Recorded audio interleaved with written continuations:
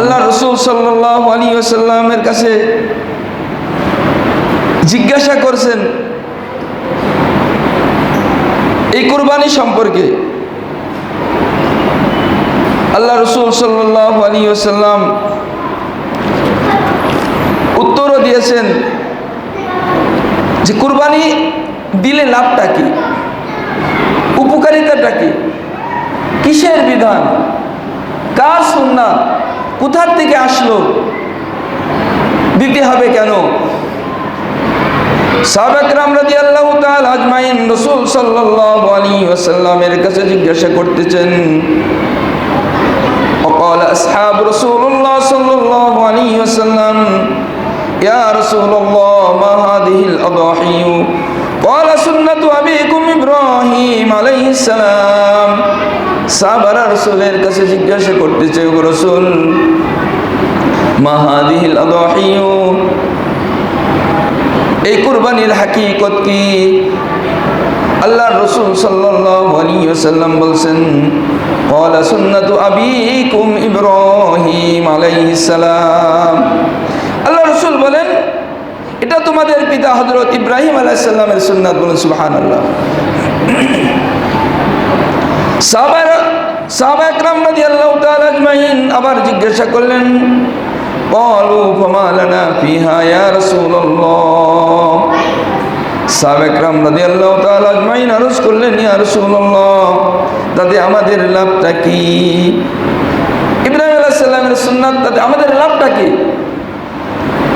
আল্লাহ রাসূল সাল্লাল্লাহু আলাইহি ওয়াসাল্লাম বললেন তোমাদের লাভ ক্বালা বিকুল্লি শাআরাতিন হাসানা।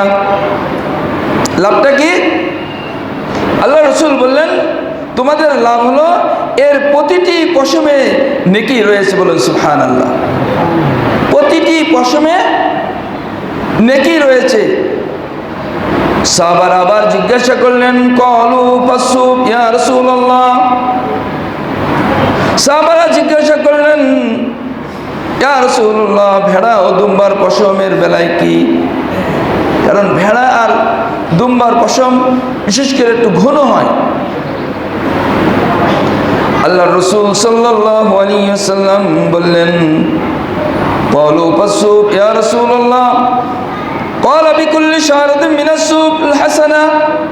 আল্লাহ রাসূল সাল্লাল্লাহু আলাইহি ওয়াসাল্লাম বললেন এর প্রতিটি পশমেও নেকি রয়েছে। বলেন সুবহানাল্লাহ। ভেড়া এবং দুম্বার পশমেও কি আছে? প্রতিটি পশমে নেকি রয়েছে। অথচ এই নেকিটাই যদি অন্য সময় দেওয়া হয়, এই সওয়াবটা কুরবানির সময় যেটা হয় এটা পাওয়া যাবে না। এটা একটা ত্যাগ, ত্যাগ স্বীকার করতে হবে। সাহাবা কিরাম রাদিয়াল্লাহু তাআলা আজমাইন তিনারা ত্যাগ স্বীকার করেছেন। আর এই ত্যাগ কুরবানির মধ্য দিয়ে, অর্থাৎ সমস্ত জিনিসের কুরবানি, জান মাল এগুলোরও কুরবানি। একটি ঘটনা আসছে ৭৪ হিজরি, নবী করিম সাল্লাল্লাহু আলাইহি ওয়াসাল্লাম বনু আমের গোত্রের সর্দার বনু তুফাইলের নিকটে একটি ইসলামী দাওয়াতের পত্র লিখলেন। ৭৪ হিজরির সফর মাসে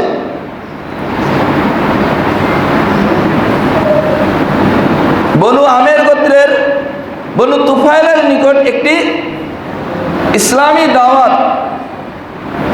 দাওয়াতের কি করলেন, একটা পত্র লিখলেন, লিখে পাঠালেন। কাকে দিয়ে? পত্রবাহক ছিলেন আমের ইবনে হান্না রাদিয়াল্লাহু তাআলা আনহু। আল্লাহ রাসূল সাল্লাল্লাহু আলাইহি ওয়াসাল্লাম যখন পত্রটা দিয়ে হান্না রাদিয়াল্লাহু তাআলা আনহুকে দিয়ে পাঠালেন, হযরতে হান্না রাদিয়াল্লাহু তাআলা আনহু যখন পত্রটা নিয়ে বনু আমের গোত্রের তুফাইলের নিকট পৌঁছানোর সাথে সাথে ওই বনু আমের গোত্রের সর্দার তুফাইল তো পত্র গ্রহণ করলই না, বরং জব্বার ইবনে সালামাকে ইশারা করে তাকে হত্যা করার জন্য ইশারা করলো। ইশারা করার সাথে সাথে জব্বার ইবনে সালামা পিছন দিক থেকেই বর্ষা নিক্ষেপ করলো, আর হযরতে আমের ইবনে হান্নার পিছন দিক থেকে বর্ষা ঢুকে সিনা ভেদ করে বের হয়ে গেল। ঠিক এমনই সময় হযরতে আমের ইবনে হান্না রাদিয়াল্লাহু তাআলা আনহুর জবান দিয়ে বের হয়ে গেল, আল্লাহু আকবার, ফুস্তু ওয়া রাব্বিল কাবা। হযরতে আমের বিন হান্না রাদিয়াল্লাহু তাআলা আনহুর যখন পিছন দিক থেকে বর্ষা মেরেছে, সিনা ভেদ করে যখন বের হয়েছে, ঠিক মৃত্যুর আগ মুহূর্ত তার জবান দিয়ে এমন একটি শব্দ বের হয়ে গেল, আল্লাহু আকবার, ফুস্তু ওয়া রাব্বিল কাবা। যে কাবার প্রভুর কসম, আমি সফলকামী হয়ে গেছি, আমি সফলতা অর্জন করেছি। কারণ সে দেখতেছে যে আমি দাওয়াতের চিঠি, দাওয়াতের পত্র নিয়ে আল্লাহর রাসূল আমাকে পাঠিয়েছেন, আর আমি এমন একটা মুহূর্ত শহীদ হয়ে গেলাম, জান দিয়ে দিলাম, কুরবানি হয়ে গেলাম, এটা আমি আল্লাহর কাছে বড় সফলতা অর্জন করলাম। এটা ছিল তাদের, অর্থাৎ তাদের দিলের ভিতরে ছিল আল্লাহর রাস্তায় জীবন উৎসর্গ করতে।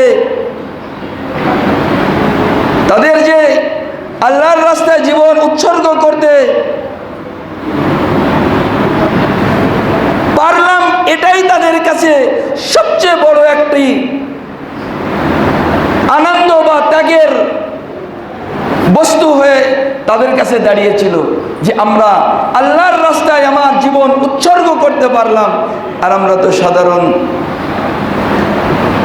একটি পশু ক্রয় করে আল্লাহর সন্তুষ্টি অর্জন করতেও অনেক সময় চিন্তা ভাবনা করি, বিবির কাছেও অনেক সময় মতামত নিয়ে, কি গো বলো এবার কি কুরবানি আসলে দেব কি দেব না। এমন একটি ঘটনা, এমনই অবস্থায় কাফেরদের, মক্কার কাফেররা যখন হযরতে খুবাইব রাদিয়াল্লাহু তাআলা আনহুকে শুলিতে চড়ানোর জন্য যখন নিয়ে যাচ্ছেন, হযরতে খুবাইব রাদিয়াল্লাহু তাআলা আনহুর এমন কোনো দোষ ছিল না, দোষ একটি ছিল, সে ইসলাম গ্রহণ করেছে। আর কাফেরদের টার্গেট ছিল তাকে কালিমা ছেড়ে দেওয়ার জন্য। হযরত খুবাইব রাদিয়াল্লাহু তাআলা আনহু কালিমা ছাড়ে নাই, তাই শেষ পর্যন্ত হযরতে খুবাইব রাদিয়াল্লাহু তাআলা আনহুকে শুলিতে চড়ানোর জন্য তাকে যখন নিয়ে যাচ্ছে, ঠিক এমন একটি মুহূর্ত, মৃত্যুর আগ মুহূর্ত সময় হযরতে খুবাইব রাদিয়াল্লাহু তাআলা আনহুর দিলের ভিতরে কোনো প্রকারের টেনশন, চিন্তা কিছুই নাই। ওই সময় হযরতে খুবাইব রাদিয়াল্লাহু তাআলা আনহু বলেন, মোরা মুসলিম শহীদ হচ্ছি, নেই কোনো ভয়, কেমনি মরি। মোরা মুসলিম শহীদ হচ্ছি, নেই কোনো ভয়, কেমনি মরি। যে কাতেই আমি হই না শাহিত, খুদারি রাহে মারা পড়ি। তার টার্গেট, আমি তো মুসলিম, তুমি আমাকে শহীদ করো না কেন, যেভাবে তুমি শহীদ করো, কোনো পরোয়া নাই, কোনো ভয় নাই, এবং তুমি আমাকে যে কাতে শোয়াও না কেন, সেটাতেই আমি মরব, তাতেও কোনো প্রকারের ভয় নাই। ওই কাফেরদেরকে ওই মৃত্যুর আগ মুহূর্ত সময়ও আল্লাহর বরত্বর কথা হযরতে খুবাইব রাদিয়াল্লাহু তাআলা আনহু বলতেছেন। এটা ছিল আল্লাহর রাহে নিবেদিত প্রাণ কর্মীদের ত্যাগ ও শিকারের দৃষ্টান্ত প্রমাণ।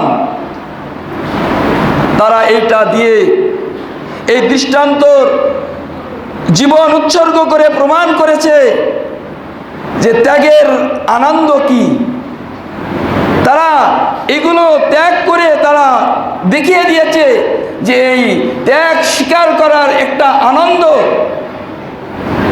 যে আমি মুসলিম, আমি শহীদ হব, আমার কোনো ভয় নাই, যেখানেই শোও সেখানেই মরি, কোনো সমস্যা নাই। আসলে ত্যাগের মধ্য দিয়েই আনন্দ। এজন্য এই সামনে যে কুরবানি আসতেছে, এগুলোও কিন্তু আমাদের ত্যাগ। আমাদের অর্থ চলে যাচ্ছে, এটা কিন্তু ত্যাগ না এমন না। এজন্য সম্মানিত হাজিরিন, সাহাবা কেরাম রাদিয়াল্লাহু তাআলা আজমাইন জীবন দিয়ে ত্যাগ স্বীকার করেছেন, দৃষ্টান্তমূলক দেখিয়ে গিয়েছেন যে জান আর মাল কুরবানি করলে আল্লাহর সন্তুষ্টি অর্জন করা যায়। ঠিক আমাদেরকেও এমন একটা সময় যে আমার যতটুকু সামর্থ্য যদি থাকে, এই সামর্থ্য থাকার ভিতরে যদি কেউ কুরবানি না দেয়, তার ব্যাপারে আল্লাহ রসুল সাল্লাল্লাহু আলাইহি সাল্লাম কি বলেছেন? ঈদের দিন বললে হবে না, আজকেই বলতেছি। এটা আমি বলতেছি না, আল্লাহ রসুল বলতেছেন। যাদের সামর্থ্য আছে তারা ত্যাগ করতে পারে না, আল্লাহর সন্তুষ্টি অর্জন করতে পারবে না, তাদের ব্যাপারে আল্লাহ রসুল বলতেছেন। অকালান নবী সাল্লাল্লাহু আলাইহি সাল্লাম মাউ ওয়াজাদা সাআতাল ইউদহিয়া ফালাম ইউদহি ফালা ইয়াহদুর মুসাল্লানা। আল্লাহ রসুল বলতেছেন যে কুরবানির সামর্থ্য থাকা সত্ত্বেও যে ব্যক্তি কুরবানি না করে, সে যেন আমার ঈদগাহে না আসে। কুরবানি করার সামর্থ্য থাকার পরেও সে যদি কুরবানি না দেয়, সেজন্য আমার ঈদগাহে না আসে। কে বলেছেন? আল্লাহ রসুল। এই জন্য আমি আপনাদেরকে অনুরোধ করব, এটা একটা ত্যাগের মাস। আল্লাহ তাআলা কিছুই দেখেন না, শুধু দেখেন মানুষের অন্তর, নিয়ত। লা ইয়ানালুল্লাহু লুহুমুহা ওয়ালা দিমাউহা ওয়ালাকিন ইয়ানালুহুত তাকওয়া মিনকুম। আল্লাহ কিছুই দেখেন না, কিছুই নেবেন না, সব আপনাকেই দিয়ে দিবেন। ও গরু ছাগল কুরবানি দিবেন, ওগুলো আপনিই ভক্ষণ করবেন। শুধু আল্লাহ তাআলা দেখবেন বান্দার নিয়ত। এজন্য যাদের ৮৫,০০০ টাকার সমপরিমাণ ওই ৩ দিনের ভিতরে থাকে, তাদের উপরে কুরবানি ওয়াজিব। এটা হলো ওয়াজিব। আর নফল কুরবানি হলো যে কেউ কুরবানির পশু ক্রয় করে আপনি কুরবানি দিতে পারেন, এটা আপনার সওয়াব হবে, এতেই বাধা নাই।